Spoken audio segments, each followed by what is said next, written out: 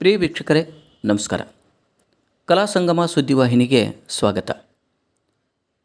ಸುದ್ದಿ ಬರೆದು ಓದಿದವರು ಮಕ್ರು ಮೇಗಾಡಿ, ಅಧ್ಯಕ್ಷರು ಕನ್ನಡ ಸಾಹಿತ್ಯ ಪರಿಷತ್ತು ತಾಲೂಕಾ ಘಟಕ, ರಬಕವಿ ಬನಹಟ್ಟಿ. ಸುದ್ದಿಯನ್ನು ಸಂಯೋಜನೆ ಮಾಡಿ ಯೂಟ್ಯೂಬ್ಗೆ ಪ್ರಸಾರ ಮಾಡಿದವರು ಶ್ರೀ ಯಶವಂತ್ ವಾಜಂತ್ರಿ, ಮಾಜಿ ಅಧ್ಯಕ್ಷರು ಕನ್ನಡ ಸಾಹಿತ್ಯ ಪರಿಷತ್ತು ತಾಲೂಕಾ ಘಟಕ, ಜಮಖಂಡಿ. ಸುದ್ದಿ ಮುಖ್ಯಾಂಶಗಳು. ಆಹಾರ ಮತ್ತು ಆರೋಗ್ಯ ಒಂದೇ ನಾಣ್ಯದ ಎರಡು ಮುಖಗಳು. ಪಾಂಗಿಯವರ ಆಹಾರದಿಂದ ಆರೋಗ್ಯದೆಡೆಗೆ ಕೃತಿ ಗಮನಾರ್ಹ. ಭಾರತೀಯ ಸಂಸ್ಕೃತಿ ಎಂದರೆ ಯೋಗಯುಕ್ತ, ರೋಗಮುಕ್ತ ಜೀವನ ಕ್ರಮ. ಸುದ್ದಿ ವಿವರ. ಭಾರತೀಯ ಸಂಸ್ಕೃತಿ ಎಂದರೆ ಯೋಗಯುಕ್ತ, ರೋಗಮುಕ್ತ ಜೀವನ ಕ್ರಮವನ್ನು ಒಳಗೊಂಡಿದ್ದಾಗಿದೆ. ಒಳ್ಳೆಯ ಆರೋಗ್ಯದಿಂದ ಮಾತ್ರ ನಮ್ಮಿಂದ ಸದೃಢ ಸ್ವಾಸ್ಥ್ಯ, ಸಮಾಜ, ದೇಶ, ವಿಶ್ವ ನಿರ್ಮಾಣವಾಗಲು ಸಾಧ್ಯ. ಆಹಾರದಲ್ಲಿ ಪೋಷಕಾಂಶಗಳು, ಆರೋಗ್ಯಕರ ಆಹಾರ ಸೇವನೆ, ಜೀವನ ಶೈಲಿಯ ಬದಲಾವಣೆ ಇವುಗಳ ಮಹತ್ವ ಅರಿತು ಮುನ್ನಡೆದಾಗ ವಿಷವರ್ತುಲದಿಂದ ನಾವು ದೂರವಿರಲು ಸಾಧ್ಯವಾಗಬಹುದು. ಆಹಾರ ಮತ್ತು ಆರೋಗ್ಯ ಒಂದೇ ನಾಣ್ಯದ ಎರಡು ಮುಖಗಳು ಎಂಬುದನ್ನು ಅರಿಯಬೇಕು.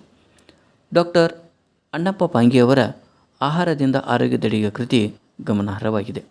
ಪ್ರತಿಯೊಬ್ಬರಿಗೂ ಆಹಾರ ಮತ್ತು ಆರೋಗ್ಯದ ಕುರಿತು ತಿಳಿಸುವ ಸಮಗ್ರವಾದ ಮಾಹಿತಿಯನ್ನೊಳಗೊಂಡ ಉಪಯುಕ್ತ ಕೃತಿ ಇದಾಗಿದೆ ಎಂದು ರಬಕವಿಯ ಅರವಳಿಕೆ ತಜ್ಞರಾದ ಡಾಕ್ಟರ್ ರವಿ ಜಮಖಂಡಿ ಹೇಳಿದರು.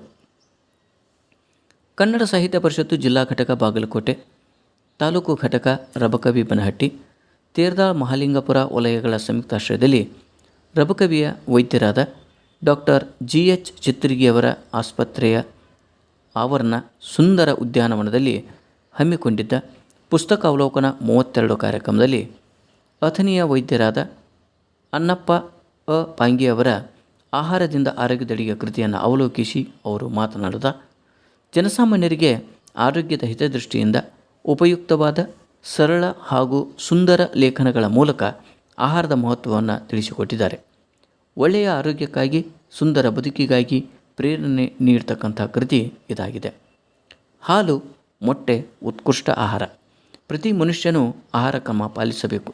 ಶುದ್ಧ ನೀರು ಕುಡಿಯಬೇಕು. ಉತ್ತರ ಕರ್ನಾಟಕದ ಆಹಾರ ಉತ್ತಮವಾದದ್ದು ಎಂದು ಹೇಳಿದರು. ಅಥಣಿಯ ವೈದ್ಯ ಸಾಹಿತಿಯಾದ ಅಣ್ಣಪ್ಪ ಪಾಂಗಿಯವರು ಸಸಿಗೆ ನೀರು ಹನಿಸುವ ಮೂಲಕ 32ನೇ ಪುಸ್ತಕ ಅವಲೋಕನವನ್ನು ಉದ್ಘಾಟಿಸಿ ನಂತರ ಸಂವಾದದಲ್ಲಿ ಬಂದಿರತಕ್ಕಂಥ ಹಲವಾರು ಪ್ರಶ್ನೆಗಳಿಗೆ ಉತ್ತರಿಸುತ್ತಾ, ಬೇಕ್ರಿ ಐಟಮ್ ವಿಷಕಾರಿ, ರಸ್ತೆ ಬದಿ ಮಾರುವ ಆಹಾರವನ್ನು ಸೇವಿಸಬೇಡಿ, ಮನೆಯೊಳಗೆ ಊಟ ಮಾಡಿ, 90 ವರ್ಷ ದಾಟಿದರೂ ನಗುನಗುತ್ತಾ ಬದುಕಬಹುದು, ಜಪಾನ್ ದೇಶದಲ್ಲಿ ಅತಿ ಹೆಚ್ಚು ಶತಾಯುಷಿಗಳಿದ್ದಾರೆ, ದೇಹದ ತೂಕದ ಅನುಗುಣವಾಗಿ ಆಹಾರ ಸೇವಿಸಿ ಎಂದು ಹೇಳಿದರು. ಬೋರ್ ನೀರು, ಬಾವಿಯ ನೀರನ್ನು ಪರೀಕ್ಷಿಸದೆ ಕುಡಿಯಬಾರದು. ವಿವಿಧ ಮಾಧ್ಯಮಗಳಲ್ಲಿ ಬರುವ ಆಹಾರಕ್ಕೆ ಸಂಬಂಧಿಸಿದ ಜಾಹೀರಾತುಗಳಿಗೆ ಮಾರು ಹೋಗಬೇಡಿ ಎಂದರು. ನಿವೃತ್ತ ಅರ್ಥಶಾಸ್ತ್ರ ಉಪನ್ಯಾಸಕರಾದ MS ಬದಾಮಿ, ಹಿರಿಯ ಪತ್ರಕರ್ತರಾದ ನೀಲಕಂಠ ದಾತಾರ, ಬಸಯ್ಯ ವಸ್ತ್ರದ್, ಹಿರಿಯ ಸಾಹಿತಿಗಳಾದ DF ಬಾಗಲಕೋಟ್, ಶ್ರೀಮತಿ ಗೌರಿ ಮಿಳ್ಳಿ, ಹಿರಿಯರಾದ ಮಲ್ಲೇಶಪ್ಪ ಕುಚನೂರ್, ರವೀಂದ್ರ ಅಷ್ಟಗಿ ಮುಂತಾದವರ ಪ್ರಶ್ನೆಗಳಿಗೆ ಡಾಕ್ಟರ್ ಪಾಂಗಿ ಅವರು ಉತ್ತರಿಸಿದರು. ರಬಕವಿಯ ಡಾಕ್ಟರ್ GH ಚಿತ್ತರಿಗಿಯವರು ಕಾರ್ಯಕ್ರಮದ ಅಧ್ಯಕ್ಷತೆ ವಹಿಸಿ ಪ್ರತಿಯೊಬ್ಬರೂ ಆಹಾರದ ಮಹತ್ವ ಅರಿತು ಜೀವನ ಸುಖಮಯವಾಗಿಸಿಕೊಳ್ಳಲು ಹೇಳಿದರು.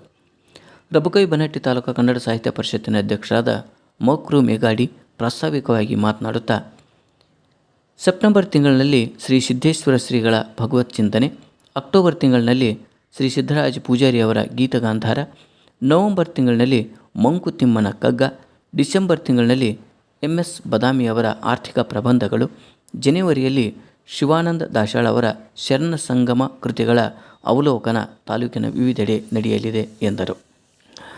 ಕನ್ನಡ ಸಾಹಿತ್ಯ ಪರಿಷತ್ತಿನ ಜಿಲ್ಲಾಧ್ಯಕ್ಷರಾದ ಶಿವಾನಂದ ಶಿಲ್ಲಿಕೇರಿಯವರು, ಮಹಾಲಿಂಗಪುರ ವಲಯದ ಅಧ್ಯಕ್ಷರಾದ ಬಸವರಾಜ್ ಮೇಟಿ, ಹಿರಿಯ ಪತ್ರಕರ್ತರಾದ ಮಲ್ಲಿಕಾರ್ಜುನ ಹೆಗ್ಗಳಿಗೆ, ಹಿರಿಯ ಸಾಹಿತಿಗಳಾದ GS ವಡಗಾವಿ, ಇಂದೂಧರ್ ಬೆಳಗಲಿ, ದಾನಪ್ಪ ಆಸಂಗಿ, ಯಶವಂತ್ ವಾಜಂತ್ರಿ, ಈರಣ್ಣ ಗಣಮುಖಿ, SD ಅರಬಳ್ಳಿ, ಶೋಭಾ ಅರಬಳ್ಳಿ, ಮೃತ್ಯುಂಜಯ ರಾಮದುರ್ಗ, BM ಮಟ್ಟಿಕಲ್ಲಿ ಇನ್ನೂ ಅನೇಕರು ಕಾರ್ಯಕ್ರಮದಲ್ಲಿ ಉಪಸ್ಥಿತರಿದ್ದರು. ಶ್ರೀಮತಿ ನಂದಾ ಕೊಕಟ್ನೂರ್ ಪ್ರಾರ್ಥಿಸಿದರು. ಚಂದ್ರಕಾಂತ್ ಹೊಸೂರ್ ಕಾರ್ಯಕ್ರಮ ನಿರೂಪಿಸಿದರು. ಹಿರಿಯ ಸಾಹಿತಿಗಳಾದ ಶಿವಾನಂದ್ ದಾಶಾಳ್ ಅವರು ವಂದಿಸಿದರು. ಈ ಯೂಟ್ಯೂಬ್ ಚಾನಲ್ಗೆ ಸಬ್ಸ್ಕ್ರೈಬ್ ಆಗಿ ಪ್ರೋತ್ಸಾಹಿಸಿ. ಎಲ್ಲರಿಗೂ ಧನ್ಯವಾದಗಳು. ನಮಸ್ಕಾರ. ವೈಟಮಿನ್ ಡಿ ಒಂದು ಯಾವಾಗಲೂ ಇರುತ್ತೆ. ವೈಟಮಿನ್ ಡಿ ಎಷ್ಟು ಕೊಡ್ತೀರಿ ನೀವಪ್ಪ ಅಂತಂದ್ರೆ